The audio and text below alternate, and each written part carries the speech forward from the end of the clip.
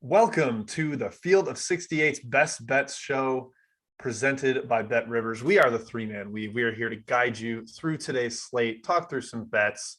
We've had a nice couple of days, fellas. Let's try to keep that momentum going if we can. 7-0 over the last 2 days. You gotta say the record when it's going well, and then hide it when it's not, right? Yeah, That's just don't acknowledge it. Exactly. Yeah, that's transparency, not our forte. No, it is. We'll let you know if we do poorly. We'll make fun of ourselves.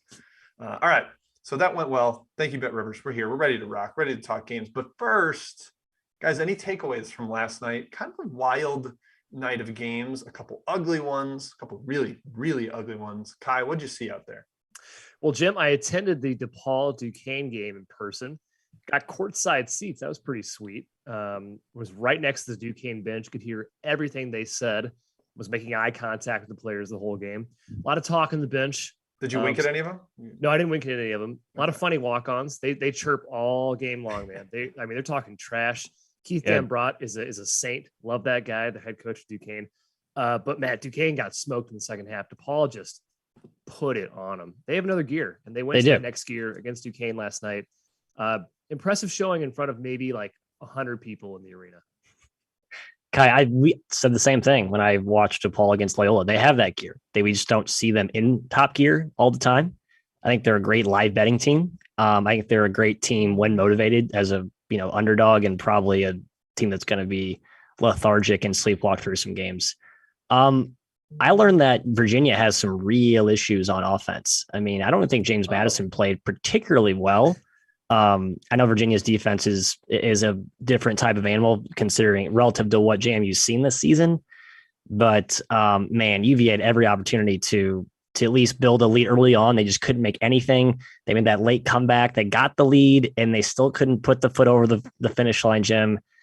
Curious what Virginia eventually settles into in the ACC. Right? Is this going to be potentially Bennett's worst season in the last, decade or so? Or are they going to figure it out? Or some of these young guys going to step to the forefront? But man, hey, but also props to Tony Bennett for playing that game. That's awesome. And he goes on the road to a mid-major hype venue. Respect, Tony.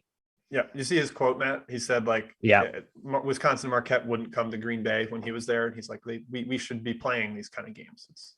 Tip of the cap to him. I think they went 12 minutes without a point in the first half, something like that. They were stuck on 11 for whenever whoever made the shot to break the spell, the announcer went absolutely ballistic. It was like they just hit a game-winning shot just to break that entire cold streak. Ugh. A couple of wild box scores last night. I just wanted to call out. I did watch a lot of hoops, but I'm pointing out box scores. Taron Armstrong, the daily update. He had 11 points, 8 rebounds, 15 assists, and only 2 turnovers. I mean, the guy is just a playmaking monster. Villanova, guys, they took 53s. They had 27 offensive rebounds against the Syracuse zone. They only made 26% of those threes, but they still were able to get the double-digit win. And then I nod to Luke in the chat. There might not be a worse beat than the Temple Vandy under yesterday. I believe it was 50-41 with like a minute left. And then there were 23 points in the final minute, went to overtime and barely got over. Overtime. Just disgusting. Wow. So apologies to anybody on that one. Yeah. Maybe take the night off. Take the night off if you bet on that one. Kind of double down. You double down. Go back. Chase. Don't chase. We never recommend chasing. Yeah. We try to give good advice here, Matthew. We try to give good advice. Only West Coast late night chases. Only those. Yeah. All right, let's talk tonight's slate. Let's get into it. And we are starting with an old Big East battle, or kind of like somewhat of a Big East. It wasn't always Big East, but we've got Connecticut headed to West Virginia. West Virginia, slight favorite here. They've taken a little bit of money, mainly because, Matt, there are big injury issues on especially the UConn side. But sneakily on the West Virginia side as well, we know Sonogo and Tyrese Martin are out for UConn. Sean McNeil, a game time. I think UConn's physicality will travel, and West Virginia has actually had some issues with that this year with this roster. Which shorthanded team are you leaning towards here? I mean, I think we have to admit that UConn's the more shorthanded. Down Sonogo and Tyrese Martin, you would argue those are 2 of their 4 most valuable players, maybe 2 of their top 3. Especially Sonogo, he's the microcosm of the entire interior-minded physical identity that UConn has this season. What West Virginia used to have, but this year, Jim, as you mentioned, it's a little more wingy, a little more guard-driven, shot-making reliant. They have some athletes up front, but I think Sonogo could really put the hurt on inside if he was playing. Kind of have others up front. I think UConn does still have an edge up inside. I just will not be taking UConn because I respect West Virginia's home court. This feels like a classic West Virginia just goes on a ballistic shot making run and they win by 10. Definitely respect the home court of West Virginia, Matthew. And they need this win. They're at large hopes. I mean, has plenty of chances in the Big 12, of course, but just one win against Clemson is really what's on the resume right now with the loss to Marquette. They have 2 more chances at UAB, at Arkansas.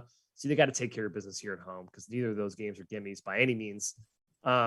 Key question against West Virginia for UConn: can you handle their pressure? We're seeing Virginia a little bit come back here, second in the country in turnover rate. I think UConn's guards are pretty steady, Jim. I'm just not sure I'm quite confident that UConn is super good yet, especially without Sanogo. Their 2 big wins were in overtime.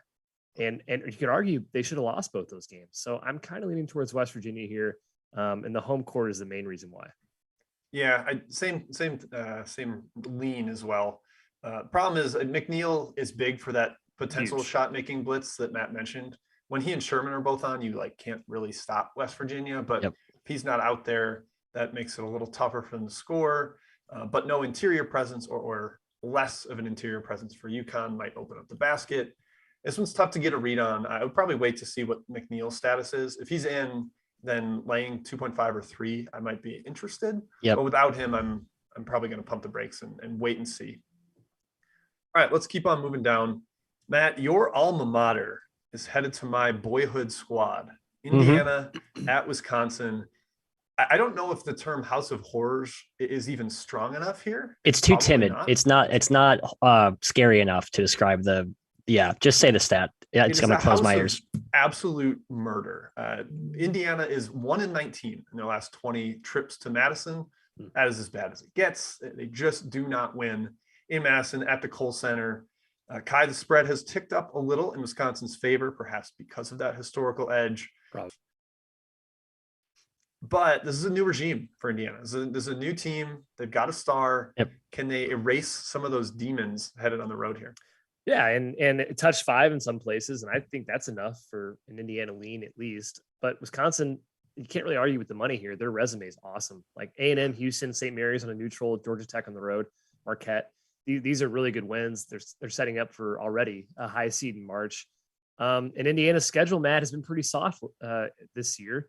They lost a tough one to Syracuse in double overtime, and they haven't really played anybody else. Xavier Johnson, key to this game, I think. He needs to get his head screwed on right. He's been a walking turnover this year. We know TJD is going to eat. He's going to get his. But I think Xavier Johnson needs to play well. And then, of course, IU needs to figure out how to stop Johnny Davis. You know who would be good for that, Matt? Al Durham. Al Durham would be a good guy to put on Johnny Davis. Too bad he's not around anymore. Yeah, went to the East Coast and has been a boon for the Friars. We'll talk about Providence, I assume, very shortly. Jim, Mike Woodson. We're starting to see him now face these very important non-con showcase games, big conference games now we're getting into. Can he scout and prepare and go through the rigor that is the Big Ten maze? Wisconsin, they're going to run nuanced stuff, a lot of action. You got to be able to defend. I worry that we haven't seen Woodson do that yet. It's been more let the balls out and let's let our talent outperform our opponent. In Syracuse, that's kind of what it looked like, to be honest. And Indiana stayed into the 15th round. But I'm just a little concerned here. The House of Horse thing is real. I do think Indiana is the slightly better team on a neutral court, but I'm not trying to go against the incredibly dominant, one-sided, lopsided Wisconsin at home versus Indiana trend. Just can't do it. Wisconsin just in general is an awesome home team. They have been years and years and years. And the Davis factor is like the hard to quantify part. Like he has been unbelievable getting one-on-one buckets. Some of his moves, like I think it was Prosper for Marquette that he just put into the blender and crossed him up and stepped back. It's just hard to defend a team that runs great action and also has the late shot clock ace in the hole. So yeah, the number definitely leaned towards Indiana, but I'm spooked to back the Hoosiers at the Kohl Center. It's just not a thing I want to get into right now. Matt, just to rub it in your face a little more, 24 of the last 30 meetings anywhere have gone Wisconsin's way. So it doesn't even matter if it's at the Kohl Center. Yeah, I think I went 4 of my 5 years there. Wisconsin won at Assembly, or at least 3 of my 5. I think there was one game there may have been an imbalanced schedule, but yeah, it's not fun to play Wisconsin. Football, basketball, racquetball, anything. I feel like Wisconsin is Indiana's father. Yep. All right, let's stay in the Big Ten. Kai, kind of your adopted Big Ten team a little bit here. The Minnesota Golden Gophers hosting Michigan State at the Barn. Sparty's a mid-sized road favorite. Matt, yesterday, the other Michigan school was a mid-sized road favorite, and they beat the brains out of Nebraska. Won by like 35, dropped triple digits on them, never close in the second half. We were skeptical of Minnesota coming into this year, but they've been really, really solid. They kind of know who they are. Does that mean that Michigan State is in for a little bit of a surprise here headed to the barn? Yeah, maybe. Homasoda? Is it Homasoda. Last year, they beat Iowa at home before they went on that little terrible streak. Yeah, man, Minnesota taking care of business against Mississippi State was super impressive. They're literally a tournament team right now at this very moment, which is surprising. We thought Minnesota would struggle. They are kind of a mid-major roster, Jim, but Ben Johnson, you have to give him credit. He's done a really, really good job. Michigan State is legit though, Matt. They're the third best defense in the country per KenPom. We might finally see Minnesota get exposed here. But it's a big spread. 7 points at the barn, which is a very tough place to play. I'm actually leaning towards Minnesota. I'm too. It's my best bet. Teaser. Boom. Whoa. Explosion. Homasoda. Eddie Gopher. Kai, the barn is where this game is held. You've been there. It is a weird place to play. It is. And Michigan State obviously has played there before, but it's just to open your conference action going to that venue, especially against an undefeated Minnesota team, first year head coach. They just beat Mississippi State on the road. That place should be rocking. I don't have any leads or intel behind that. I haven't talked to anyone in the program. That place should be nuts. This is just classic respect Big Ten home court. I think 7's a good key number. If you can get it at 7 or higher, maybe you find a hook out there. Maybe BetRivers will offer you a hook at some point. Keep it monitoring throughout the day. But I think 7 is a great price here, Jim. One thing to note, Sean Sutherland's sixth man game time decision. They are not very deep. That does worry me, but I still like it, even if he does not give it a go. I think they just grind it out, slow possession, and they batten down the hatch, get it done. I kind of lean the other way, which I know is a little bit spinny. It's not it's probably the public side here because Michigan State is a brand and they're, only laying 7. But Matt, I don't like Minnesota's value. It's probably at its peak right now, unless you really buy this team.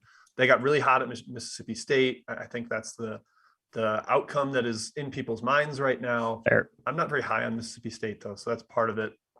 And Michigan State's starting to find itself a little bit. Tyson Walker has 16 assists, 3 turnovers in his last 2 games. I think he's asserting himself as the point guard. So I don't know that defense, and Minnesota made some shots against Mississippi State. Jameson Battle specifically. I don't know if they'll be that hot this time, but guy makes shots. Yeah, the tempo does certainly favor the dog because it's going to be slow. I think it's going to be tough for Michigan State to speed this up. All right, let's keep on rolling. Kai, I'm coming to you first on this next one, and I hope you have any sort of opinion at all. Yeah, right. We've got Dayton going to SMU. There might not be 2 more bipolar teams in the entire country in terms of we see a ceiling with Dayton when they beat Kansas, but they can lose at home to Lipscomb by 20. And SMU can be awesome in one half and then terrible. They both started really bad. SMU started 1-7 against the spread. They've covered 2 straight. Dayton started 0-4. They've covered 5 straight, including 3 outright wins. 5 straight. Man, ultimate Jekyll and Hyde teams. Kai, can we possibly trust either one?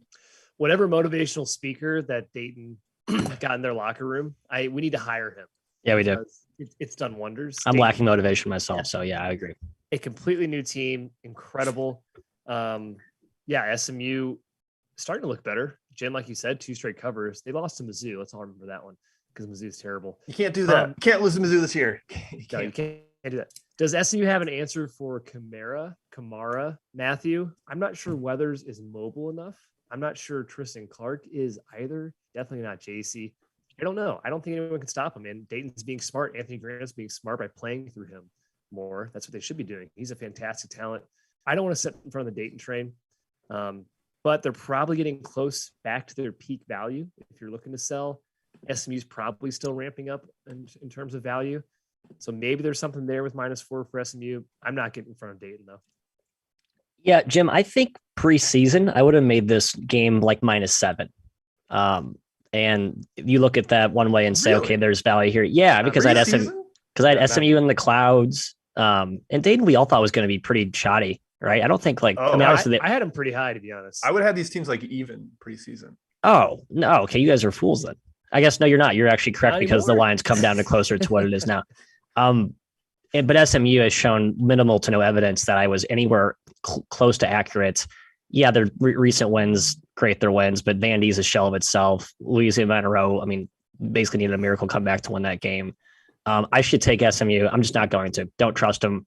They're on my shit list. They will be there all year until they give me like 2 or 3 good non-asterisk games to prove me otherwise. So hard stay away.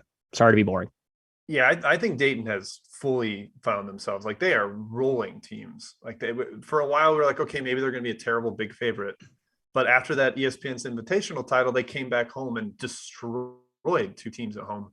I would lean towards the Flyers right now. I think they have a better idea of who they are than SMU does. I mean, you look at the lineups that Jankovic is rolling out. He's bringing both Weathers off the bench. He's just kind of like changing it up every game. They started 4 guards last time. I don't think they have a clue who they are besides, well, Kendrick Davis is good, I guess. Like that's yeah, right. Just kind of bail us out. That's what they've always. Yeah, that's what they've always been. Yeah. So I would lean towards Dayton, but this is a only bet it if my gun is to my head, because I think these 2 teams are so erratic that it's not something I'm willing to get invested in. All right, Matthew, you are my czar today. Let's go to you in the chat. First, folks, hit that like button, subscribe. We are aiming for 1,000 subscribers on the YouTube channel by December 17th. So tell your friends, tell your mom, tell your dad, tell your dog. Let's get some more subscribers. Thank you, Jim. Phenomenal endorsement. Kai, I'm going to you. A little Carolina showdown. Fantastic. Wofford, Gardner, Webb. I love both these teams. That's kind of where I stand. I think Gardner Webb has you could argue they have the advantage on the perimeter. I think Wofford's bigs have been awesome, even without Messiah Jones. What like Godwin up front, like they dominated Georgia inside, which I know isn't saying much, but still very impressive. Sort of stylistic clash. What do you see here? And BJ Mack, he's having a great Mack's year been as well. phenomenal. Yes. Yeah. I've been very impressed with Wofford, how they've continued to be good without Messiah Jones. I thought that was really going to hurt them. It hasn't. They've played just as well. Gardner Webb, not a pushover. Big South, maybe favorite at this point. You could probably say Winthrop still is, but I'm leaning towards Wofford in this game, Matt, but I have absolutely nothing strong. Gardner Webb's been awesome lately. Yes. I'm kind of scared of getting in the way of them. Is that the most like religiously named front court for Wofford? Messiah Jones, Samuel Godwin. That's very good. I would probably lean towards G Webb, but I made it about what it is. All right, we're gonna get 3 extras here pretty quickly, and then I got a couple more mains that just popped in the chat. Jim, Peanut Butter versus the Red Wolves. That is Arkansas Pine Bluff versus Arkansas State. Little in-state showdown. There's a corollary here to another matchup tonight, which I want to hit on later. Samford at Alabama State. But before I get there, Arkansas Peanut Butter, Arkansas State. Do the Red Wolves blow them out, or does the SWAC daddies have a chance to compete? Peanut Butter's terrible. They are bad. I have a hesitance to trust them. Arkansas State's talent level is head and shoulders above Peanut Butter, but I don't fully trust Bellato to weaponize it. O'Meara gets in foul trouble quite a bit, so you're kind of prone to that happening. I would probably lean towards the Red Wolves. I just not quite ready to fully trust them as a road favorite yet, Matt. Yeah, I guess my point was with Arkansas State and Samford, they're both going to SWAC schools on the road. I don't know. In one hand, too, right? Samford's in Alabama. Yeah, in same state. So in-state road, you could argue the road travel is marginalized, but you could also argue these SWAC teams are back home for the first time in God knows how long. Maybe they get up for like a first one we're playing in front of their own friendly confines. Weird dynamics there. Kai, I'm going to you for New York tilt. Stony Brook, Hofstra. Hofstra has been amazing. Completely rebranded their defense. They're actually guarding this year. Jalen Ray, who is supposed to be their undisputed alpha, is just one of like a triumvirate there in the perimeter. It's a really good team. And I should take Stony, but I'm just too scared of Hofstra right now. So I'm staying away. And Stony is another one of those teams I can't figure out. They're back on track. They blew out American. Everyone's doing that apparently. Then they lost by 30 to Wagner. And Alani is still out of the lineup. He should be their best player. I'm not sure he really played like that when he was actually in the lineup. Jaleel Jenkins is back for Stony Brook. You have to like that. I think he came off the bench last game. He's probably fully back in the lineup now. The spread seems high from where we thought of these two teams preseason. Stony Brook was getting votes over Vermont to win the America East. People thought they're going to be really good. That's probably a bridge too far in our opinion. But Hofstra's been a wrecking ball. I would not set in front of Hofstra right now. Hofstra's fully healthy now too. They got Iola, the big man, back. Yes. I think the Pride are potentially the CAA favorite. I mean, there's like 5 CAA teams you could call favorite. So yeah, Hofstra is like overachieved, but it's not fluky. I think they can go even higher. I'm with Jim. Bonnie's Loyola, Jimbo. I don't have a lot profound to say. Sounds like Kyle Lofton's not playing. Doesn't matter against a not very good Loyola Maryland team. He's officially out, and I think that's why the line has come down, and I don't think it really needs to. I think against like really good competition, he matters a lot. Against Loyola Maryland, he probably matters a lot less. I think Bonnie's, if they care, can roll them. They've got a really good home court, especially with the lower number. I'd be much more interested in the Bonnies than trying to back the Greyhounds on the road. Yeah, I actually liked what they played Holmes at point, I think, against Buffalo, and he, managed pretty well. So I agree. I think you could kind of buy back here against the injury money, which injuries mean nothing. Just want to reiterate that once a show. Except for like four that one do. guy. There's like 4 or 5 that do. We'll try to underscore those when they emerge. We got 2 main board questions here. I think one's on the outline. Sorry, my outline crashed, so I'm going blind here. The first one, Montana Air Force. Surely we didn't add that to the outline, right? That's not on the outline. Okay, Kai. Let's see. 2 teams that are sort of conundrums, riddles for us. Would you Air agree Force with that? has been so much better than expected. Way better than we thought. And Montana's not the second half collapsed dumpster fire that we've seen the last 2 seasons. So yeah, I tend to think Montana's back to where we're normally used to seeing them. Like, put the COVID year away for a second. They're always a top 3 Big Sky team. They always win 20 plus games. They're always among the best mid majors in the country. I think they're almost back to that point. So this is that type of Montana team. But Air Force, man, like Jim said, they're covering like every game. The way they play, they slow games down. They want to play under 60 possessions. Joe Scott runs the slowest offense on the planet, and it's working. They start a guy who looks like he's 14 years old, but somehow they're still covering games. I'm leaning towards Montana, but Air Force as a medium to big size dog has not been fun to fade this season. Yeah, I kind of like Montana. They started three true freshmen for 2 straight years, last 2 years. So now they're kind of a little older, more experienced. They're not collapsing as much as Matt noted. They almost won at Northern Colorado. They've been really tough. I actually have been impressed with the Grizzlies this year. Yeah, I can't get a read on either team. Both have outpaced my expectations. I'm staying away. That's all I have. I got 2 more here. Do you want to hit them real quick, or should we Holstrom? Holstrom. We're going to get back to the outline. I'll let you know what's in the outline. I got it. I found it in the email. We're good. So I'm back on track here. That's good. All right. Stuff. Wyoming at Arizona, guys. This is a battle of 2 undefeateds. So get ready for the Ken Palm tweet after the game where he apologizes to likely Wyoming, as Arizona is a 16.5-point favorite. But Kai, I mean, Graham Ike has dominated the paint against basically everybody he's played. Good luck with that against Arizona's front court. I mean, that is a mega challenge.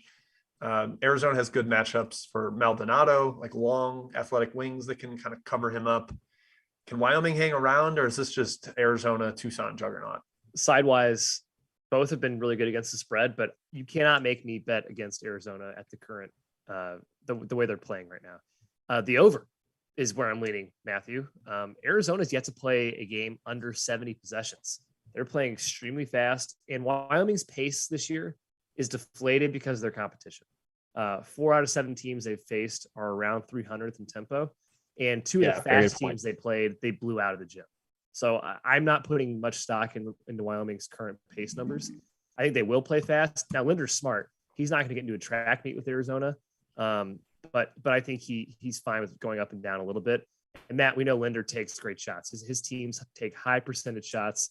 They can score even against this juggernaut defense, even if they take away EK. So I think there's going to be a lot of points in this game, and the over is my the best bet in this matchup, I would say. But not one of your best bets. But not one of my best bets. That's correct, Jeff. Man, I kind of think Wyoming's a live dog here. I'm not betting against Arizona because money line? No, not money line. I just think they're that's what gonna, live dog means for the record. Is that a direct translation? Live dog means can win the game. Yeah. Okay. I think they have a chance to compete. I'm not going money line. They got a chance to compete. Money lines is not going to come out of the closet for this one. I think this is going to be closer than people think. I know there's a big advantage up front, and it's not as glaring as it looks on paper. Jim mentioned how awesome EK's been. Wyoming can make shots too. They run good offense. I just think this is the first time we've seen Arizona play like a team that has some real intricacies in how it executes on offense, multiple shot makers and shooters, true inside-out balance. But Kai, you're right. If Linder's smart, do not try and run with these guys. Do not. I think it's hard to avoid running with them because they pressure. They've been really, really good defensively. They force tough shots. so they get going on the break. Matt, I'm gonna drag you along and convince you that Arizona is good at some point. That they're hey, awesome. I think they're awesome. They're a top 5 team. They're legit. You don't got to convince me. I got to fence Kai. Kai's the one who's still on the. I don't know if they're that good bandwagon. No. Howie just asked in the chat. That stink on me. Howie just asked if there's still value on Arizona 40-1 to win it all. I yes. This team is like 20-1, really good. Yeah. Yep. All right, let's move on. Let's go to Fort Worth, a semi-neutral game here. TCU not actually hosting this on campus, but is at Dickies Arena in Fort Worth. Utah versus TCU. Man, I like this Utah team. They're a little bit hampered by injuries, Matthew. Yep. Carlson did play last game, potentially their best player. Marco Anthony's been out. I'm curious if they're going to lean towards resting these guys coming off of a Pac-12 game, or if they know that this is notable for a potential at-large resume and they want to get this one. The number has gone way towards TCU. They've taken a lot of money. They're up to 3 at BetRivers before the show. Back down 2.5, but yeah. Back down? Yeah, a little tug of war. Love that. Do you think the Utah injury situation is just too much to back them here? Yes, I think Marco Anthony is one of the few injuries in this country that matters. It just you look at that roster, it's You're not putting him up there as one of like the top 10 most important players. You have to normalize for like market awareness, I guess.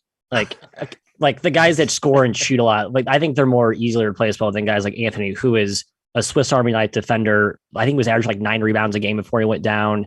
Can be a complimentary ball handler. Just does a lot of different things that this team sorely misses without him. I thought it was really exposed against BYU. I'm sort of putting in Utah on my no bet list until I see him back, even with Carlson back high. Yeah, he's key. I don't know if they've covered their last 2 at least with him out of the lineup. So I wanted when it hit 3, I was thinking about Utah. I was too. TCU struggled in every single game it's played this year. They've only played one top 100 game. That was against Santa Clara, and they lost. And if Carlson's fully healthy, Jim, that's extremely important because TCU's only success this season has been on the glass. And Carlson at 7 feet tall is a rim protector. He rebounds. He's huge too, impending what TCU is trying to do. So 3 feels too high. I would lean towards Utah. 2.5, I'm probably just going to sit on the sidelines.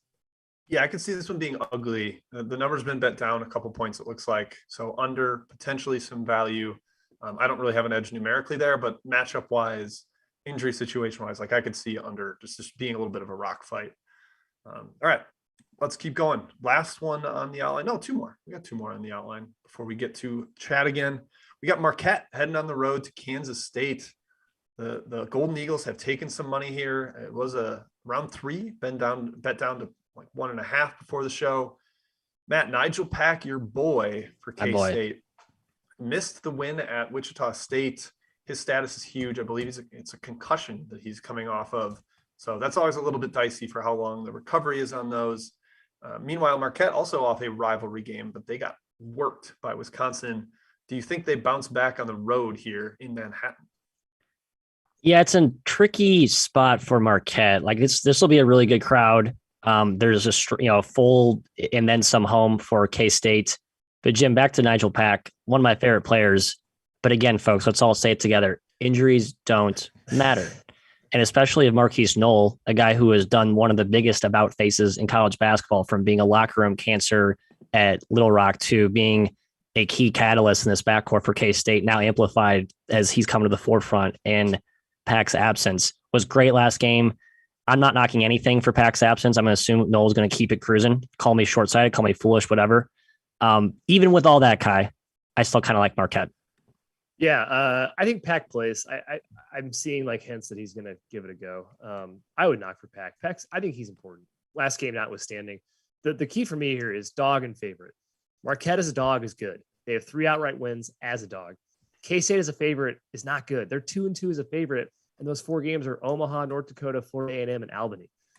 That's not a good resume. So K-State as a favorite, Jim. I hate it. 1.5's gotten a little bit too low here. Marquette, by the way, beat K-State at K-State 2 years ago by 8 points. So maybe there's an angle there for K-State if you're looking for a revenge spot. Yeah, you could argue. I mean, this is a different favorite situation than laying 15 to 25 or whatever. So careful with that. But Matt, you're getting razzed in the chat for not knowing what a live dog was. Am I really? I'm laughing. Whatever. Forget him. I'll deal with him later. Yeah, I liked Marquette, especially at the 3, maybe even down to 2. I wouldn't do the +1.5 though. If you really like Marquette, maybe money line. But the whole thing with Marquette is I like them as a dog. I like when they feel disrespected and they get in there and they get real competitive. Kolek fires them up with his scrappy underdog mentality. So I'm staying away where it's at right now, unfortunately. Gotta handle pressure, Marquette. That's the key. Handle the pressure. KU's guards will be fun. Yeah, it's true. It goes both ways, I suppose. Yeah, well, this could be sloppy. Got a little bit up and down with the tempo Marquette plays at, but sloppy. All right. Last one on the outline, a rivalry game in Utah. Utah State headed to BYU. Obviously not a ton of travel here, but I still think you got to give a bunch for home court because that BYU crowd is crazy. They're going to be rabid for this one. BYU missing their bigs, Richard Harward and Gavin Baxter, potentially both out for the year. We know Baxter is out for the year. Harward is dealing with a heart issue. Gideon George has also missed a couple with illness, non-COVID illness. This line has crashed down. People are all over Utah State in a rivalry spot here, Kai. Does BYU run away with this one, or has the spread come too far down? No, I think it's proper. Beehive State rivalry, by the way, Jim. Utah is called the Beehive State. Beehive State. I had to look that up. Interesting. Yeah, my first reaction was spread's too high. It was around 8 or something like that. Properly bet down to around 6. That's probably where it should be. Matt, it's a big day for Justin Bean. I think he's going to go off. Obviously, without BYU, two of BYU's better big men, Caleb Miller still on that front court. That's going to be a problem against Bean. And Gideon George, his status is pretty large as well. BYU is starting to really lack bodies, and he's one of the very few guys that's actually athletic and brings good size in the wing to this team, George. So crowd is nuts, Matt, but I think Utah State sticks around. They're too well coached, they're too scrappy. And maybe that BYU, that loss to Utah Valley is sticking with them still in their mind.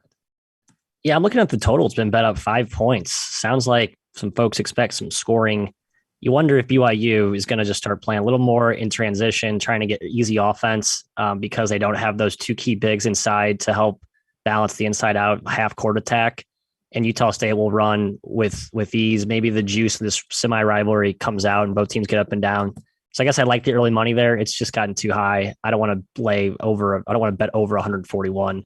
And Jim, in terms of the spread, I think 6 is about right given the injuries. And maybe it comes down to 5. Maybe you can get Q1 with BYU, but I don't know. I think Harward and Baxter are injuries that actually matter. 2 more to the very short list. Did you say semi-rivalry? I think every school in Utah hates every other school in Utah. I know. It's like Dixie State and Weber and Southern Utah. I guess they're all just huge rivalries. Utah Valley just knocked out BYU, and it was like their season. It was a Super Bowl win for them. So it's a massive rivalry. Oh, Jim breaking. How about this? Marco Anthony has a chance to play tonight. Oh, has a chance. Okay. All right. I thought you were going to say he's in. I bet that line comes crashing down any second now. You know what? I think they're right if they hit Utah right now. So, yeah, we'll see. There you go. All right. That is it for the outline. Let's get back into the chat, Matt. I know the questions have been flowing in. I lost chat access for a second, but I'm back in. I see mine stopped updating. I'm really disappointed. Yeah, mine did too, Jim. I didn't see the razzes about me not knowing what a live dog is. Wow. I was kind of I was trying to read those. I'm in charge of chat and the host. Jim, I got 3. Do you want to fill in my gaps? Yeah, hit us with the 3 and I'll see what else is in there. Big one, actually 2 pretty big ones on the slate tonight that we don't have in the outline. Non-con first, Buffalo, Western Kentucky. Kai, our tops. I know you're rolling with me on this one. I know there's personnel question marks. Josh Hamilton, COVID protocol. Will he be done with that? Josh Anderson. Jarius Hamilton is the other key big. He's been like probably their best player this year. Had some back issues, tried to gut it out last game, ended up not playing. I'm betting one of them plays tonight. I just need one of those guys in the lineup, and I feel really good about getting Western Kentucky as essentially a pick 'em at home. Yeah, I mean, I liked it a lot. They were +3. We got hammered. Even with the injuries, I think they can hang around as a dog, right? We love Western Kentucky as a dog. At 1, I don't know, man. If both those guys are out, Buffalo's way better. But look at Buffalo against a Kyle Lofton, Sans Kyle Lofton against St. Bonaventure. They didn't cover in that game. Maybe Western Kentucky has the horses to win this outright, even without those guys. They got the horses. They got them. I'm a buff boy there. I'm anti. Yeah, Jim's against us in that one. Yep. Fool. Hey, Jim, you can get this one right since you missed the last one. Philly 5, Penn, St. Joseph's. I know we're not St. Joe's guys. I know we're big Penn boys. Is that as simple as this equation is? Not really, because Penn's got so many injury issues. Clark Slackard, I believe, is in COVID protocol. Spinoso and Lorca Lloyd, their two best big guys, are out. They did get Michael Wang back recently, and he's been good. Like, he gives them an offensive presence, but inside defensively, they struggle a little bit. They got to knock down shots. I don't really want to trust St. Joe's laying points in a Philly 5 game, but Penn has not been great. So lean towards the Quakers, but I understand that has been folly lately. This game's up to 4.5, 5. Yeah, I leaned to the red and blue here. Good God. St. Joe's is, I'm sorry. The guy's out. The guy's out. Right. Who's out? Is there a new injury update? I'm sure people lines 4.5, 5. There's got to be guys out for Penn. Okay. I think it's the one everyone knows. I think it's known though. Yeah. Did people just not read that or something? Well, whatever. I don't know. St. Joe's. Both teams suck. Yeah. Both teams suck. I hate watching St. Joe's. That team is so poorly coached. Sorry, Billy Lang. I love watching the Hawk. Fantastic. The Hawk's great, but the actual product on the court in between the lines, not as fun to watch. Not as good. Yeah. Speaking of Ivies, Cornell going to Va Tech tonight. They're catching 18. Will anyone ever respect Cornell? 18 at Virginia Tech? Not exactly a home run dominating favorite. Kai, Jim, you both raise your eyebrows like we should all ride the Cornell big red train. Yeah, we should. Yes, we should. Down to 17 now. I don't know. Jordan Jones missed last game for Cornell. He's one of their starters. I know they seem pretty deep to me. I don't think anyone really. They do seem deep. They seem personnel agnostic, just the way they're playing this year. Playing super fast. I know Virginia Tech doesn't, but I'm sure they'll be like, all right, whatever. We're a lot better than you. We'll play fast. I can see Virginia Tech blowing them out, but also why step in front of a team that's undefeated against the spread? There's really no need to, Jim. Pick your spots elsewhere. I think Virginia Tech's been awesome as a big favorite this year. They started the first year 4 or 5 games, covers, right? So potentially could get back to that here. But Cornell is maybe undefeated against the spread. They've been a complete monster. I do think Jordan Jones matters a ton. Like, he's their highest usage guy. They have been really, really good, but that was a non-D1 game, so perhaps he just was resting. Exactly. Yep. So I would expect him back for this one. I just saw one comment from Luke McConnell. Is San Fran laying way too many tonight? Well, the spread's come down. Thought they were laying too many when it opened around 10. It came down to, I think, 7, and now it's been 7. Now it's been back up. I'm trying to refresh my page here. Back up to 9. Yeah, I think it's settled. We're at a sharper line, so tough for me to give a strong take given the current price, Jim. But anything you got here? Closer to a Don's bet for me right now. I would lean that way. Down at that 7.5, 7 was like, oh man, it's probably time to step in. I missed it. It got hit right back pretty quickly. It was not down there for very long. So currently a stay away from me, but I'm sort of close to adding the Dons. I'm guessing Baker's back from Fresno. It's probably dumb injury money. Again, injuries don't matter. I think Baker will matter eventually. His first game back, though. Baker. Yeah, it's one guy. His first game, and their pecking order has always been kind of a confusing thing, and they seem to have had it settled. And now with him back, that might mess things up a little bit. And feel free to check out what the Dons have done this year, by the way. If you find a flaw in that resume, please alert us. I don't see one. I really don't. They're 9-0, and they've played like pretty much every good game. Jim, that's all I got. Did I miss anything? There are like 8 games, so definitely the chat not refreshing for you. I just tried to tough. Right. Come on, you. Hey, we're on the same boat, Matt. We're going quick hitter. Kai, you're getting first here from Austin Rayleigh. Seattle at UNLV. Okay. Technically not at. This is at the Mandalay Bay Arena Michelob Ultra, where the Maui Invitational is held, but there is still a little bit of travel there for Seattle. I thought the spread went up. It's now 4.5, so back down to basically the opener. I'm leaning UNLV, man, but I'm about to give up on the Rebels. They just haven't been as good as I was hoping. I don't think Seattle's very good, so I think this is a short enough spread to like the Rebels tonight. I like Seattle. I think they're good. At 4.5. No, I think the spread's too low, but it just in a vacuum, I like the Seattle team. I think it's a nice ball club. Well, you're on a best bets show, so you got to make sure you're not giving takes in a vacuum when we're talking about a match. Oh, yeah, true. Context does matter, unfortunately. I think it's UNLV or bust if you're trying to play a side. Yeah, and if UNLV does not cover here, I think they are fully bust this year, and it's unfortunate territory. I don't really like. That's a nice little roster. Tyson, Trammell. They've played. Nettles is back. Grigsby, Kai Riley, Grigsby, the all first team, all name team, baby. They're good. They got talent. The names are good. The results are not. Questionable. We're moving on. Matt Winnick. Matt, you're getting this one. Yep. Chattanooga and Asheville. He mentioned this was a blowout a couple weeks ago, and now it's only an 8-point spread. We don't have Claiborne back yet for Asheville. Why is this not a blowout this time? Anecdotally, I think when you get a rematch situation of a blowout, it's never a blowout in the second game. Could be dead wrong. Check the data on that. I kind of lead Asheville, but I'm not enough to bet it because Nuga's been great. They've been great. All right, Kai, you get the Texas schools.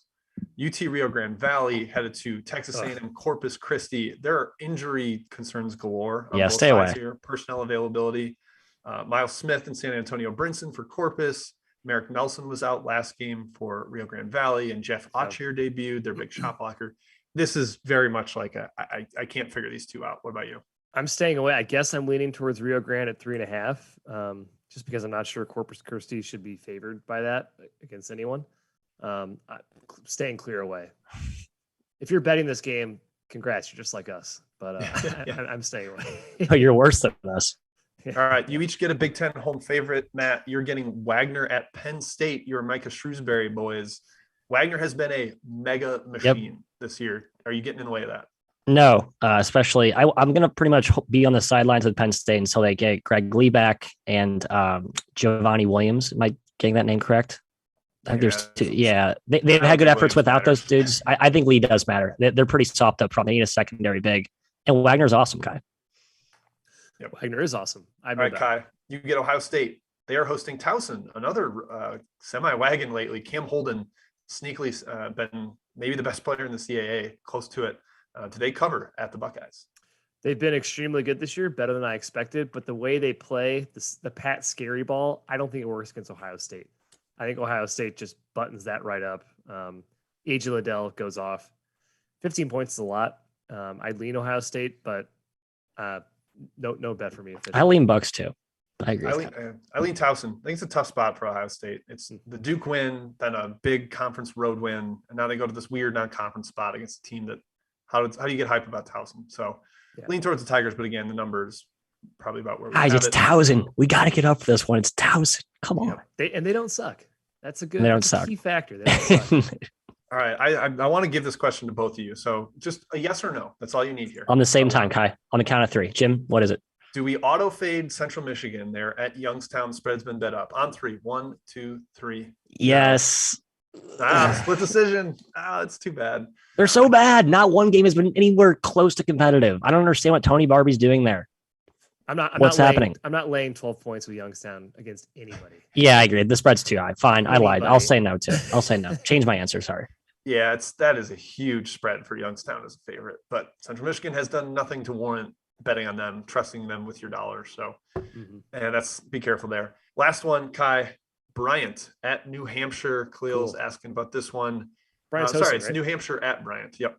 Yeah, Bryant's home. Wow. Spread's gotten high. 3.5 Yes, it has. At BetRivers. I loved Bryant at the opener, but do not take New Hampshire lightly.